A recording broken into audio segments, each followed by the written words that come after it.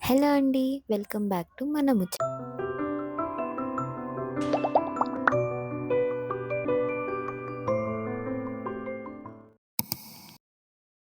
Jubilee హిల్స్‌లోని Shri Jagannadh టెంపుల్‌కి వచ్చాము. ఇక్కడి ఆలయంలోని విగ్రహాల చరిత్రను మరియు ఇక్కడ గోడలపై చెక్కబడిన అనేక కథలను తెలుసుకుందాం పదండి.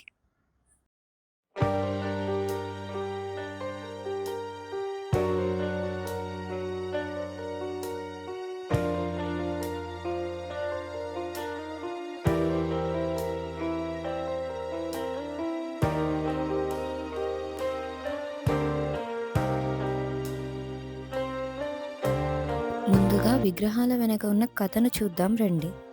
మహాభారతం ప్రకారం కురుక్షేత్ర యుద్ధం తర్వాత గాంధారి కృష్ణుడికి ఇచ్చిన శాపం వలన యాదవులు ఒకరినొకరు చంపుకొని మరణించడం సాగారు. అప్పుడు బలరాముడు ఈ సంఘటన చూడలేక ధ్యానం ద్వారా తన శరీరాన్ని విడిచిపెట్టి వైకుంఠానికి వెళ్ళాడు. కృష్ణుడు కూడా తన శరీరాన్ని విడిచిపెట్టాలని అనుకుని ఒక చెట్టు కింద విశ్రాంతి తీసుకుంటుండగా జరుడు అనే ఒక వేటగాడు జింకగా పొరపడి బాణాన్ని సంధించగా అది కృష్ణుడి ఎడమ కాలుకు తగులుతుంది. జరుడు వెమ్మటే క్షమాపణ కోరగా కృష్ణుడు త్రేతాయుగంలో వానరరాజు అయిన వాలియే ఇప్పుడు జరుడని అతనికి తెలియజేసి క్షమిస్తాడు. విషయం తెలుసుకున్న పాండవులు అక్కడికి వస్తారు. కృష్ణుడి మరణానంతరం పాండవులు బంగాళాఖాతం వద్ద అంతిమ క్రియలు జరుపుతారు. మొత్తం శరీరం కాలినప్పటికీ హృదయం మాత్రం కాలకుండా అలానే ఉంటుంది. కాలని భాగం నదిలో పడగా నది కాంతివంతంగా మారుతుంది. ఇదంతా గమనించిన జరుడు ఆ భాగాన్ని వెతుకుతూ ఉండగా నీలిరాయిగా ఆ భాగం అతనికి దొరుకుతుంది. అప్పటి నుంచి గుట్టుగా నీలామాధవుడిగా ఒక గుహలో కృష్ణుణ్ణి పూజించడం ప్రారంభించాడు. అలా పూజలు అడవి రాజైన విశ్వావాసుని వరకు కొనసాగుతుండగా విష్ణుభక్తుడైన ఇంద్రజిమ్నునికి ఈ విషయం తెలియగా విద్యాపతి అనే ఒక బ్రాహ్మణ యువకుణ్ణి నీలామాధవుని జాడను వెతకమని నియమిస్తాడు. అతను విశ్వావాసుని కుమార్తె అయిన లలితను వివాహమాడి నీలామాధవుణ్ణి చూపమని కోరగా కాదనలేక విశ్వావాసుడు అతని కళ్ళకు గంతలు కట్టి తీసుకువెళ్తాడు. దారి పొడవునా విద్యాపతి ఆవాలని చల్లుతూ వస్తాడు. కొన్ని రోజులకి అవి మొలకెత్తి దారి స్పష్టంగా కనపడడం ప్రారంభమవుతుంది.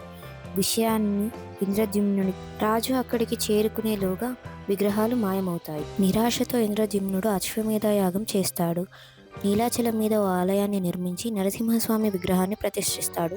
ఒకనాడు ఆయన అక్కడే నిద్రిస్తుండగా జగన్నాథుడు కలలో కనిపించి సముద్ర తీరంలో వేప కొయ్యలు కొట్టుకొస్తాయని వాటితో విగ్రహాలు చేయించమని ఆదేశిస్తాడు. కొయ్యలైతే కొట్టుకొచ్చాయి కానీ విగ్రహ నిర్మాణానికి ఎవరూ ముందుకు రాలేదు. ఏం చేయాలని రాజు ఆలోచిస్తున్న సమయంలో దేవశిల్పి విశ్వకర్మ వికలాంగుడి రూపంలో వస్తాడు.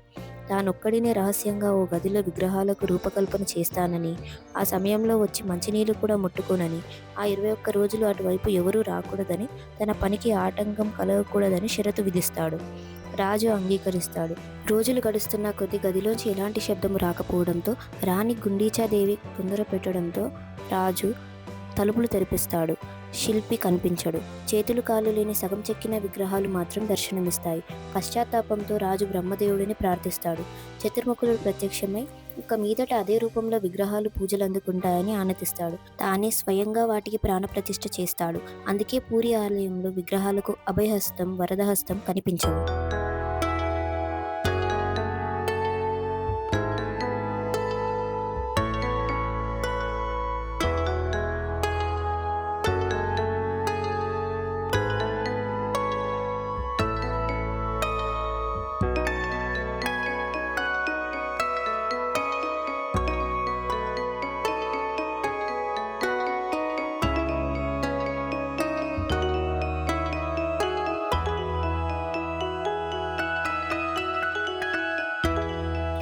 ఇక్కడ మనం శ్రీ మహావిష్ణువు దశావతారాలను చూడవచ్చు.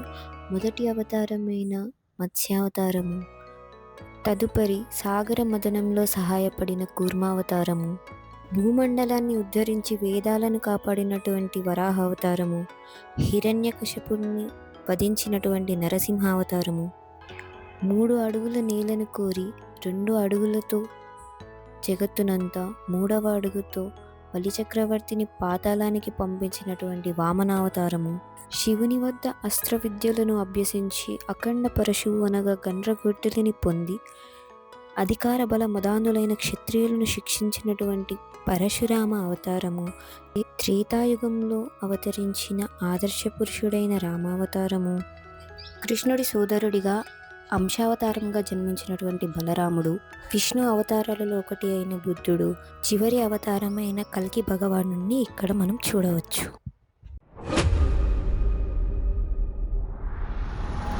శ్రీ జగన్నాథ ఆలయం వార్షిక రథయాత్ర సమయంలో నిర్మించబడే రథ నిర్మాణాన్ని ఇక్కడ మనకు చిన్నదిగా ప్రదర్శించడం జరిగింది. ఇలాంటి రథాలు 3 నిర్మించబడతాయి.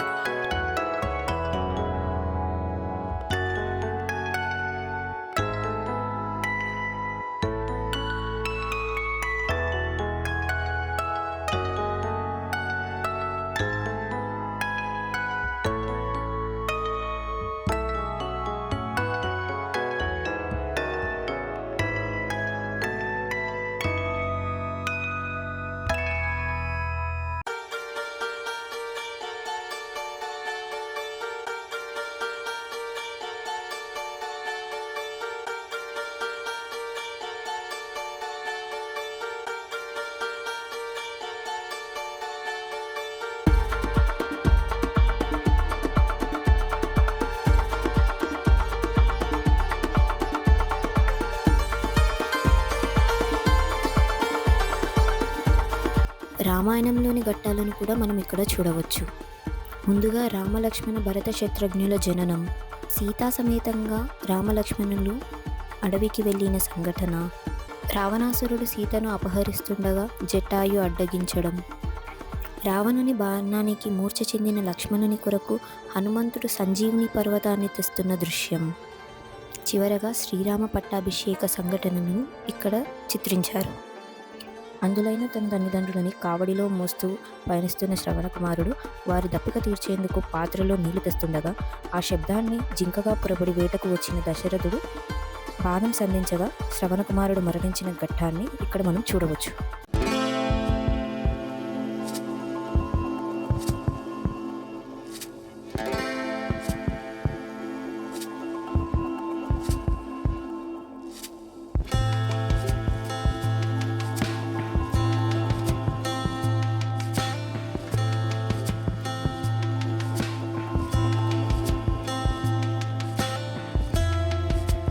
ఇక్కడ మనం క్షీరసాగర మథనాన్ని చూడవచ్చు. బలిచక్రవర్తి ఆధ్వర్యంలో రాక్షసులు దేవతలపై దాడి చేయగా దేవతలు విష్ణువు వద్దకు వెళ్ళి మొరపెట్టుకునగా విష్ణువు క్షీరసాగరం అనగా పాల సముద్రాన్ని చిలికి అందులోంచి వచ్చే అమృతాన్ని తాగితే వారికి మరణం లేదని రాక్షసులపై జయించవచ్చని ఉపాయం చెప్పాను. ఇక్కడ కొన్ని కృష్ణలీలలు చిత్రించబడ్డాయి.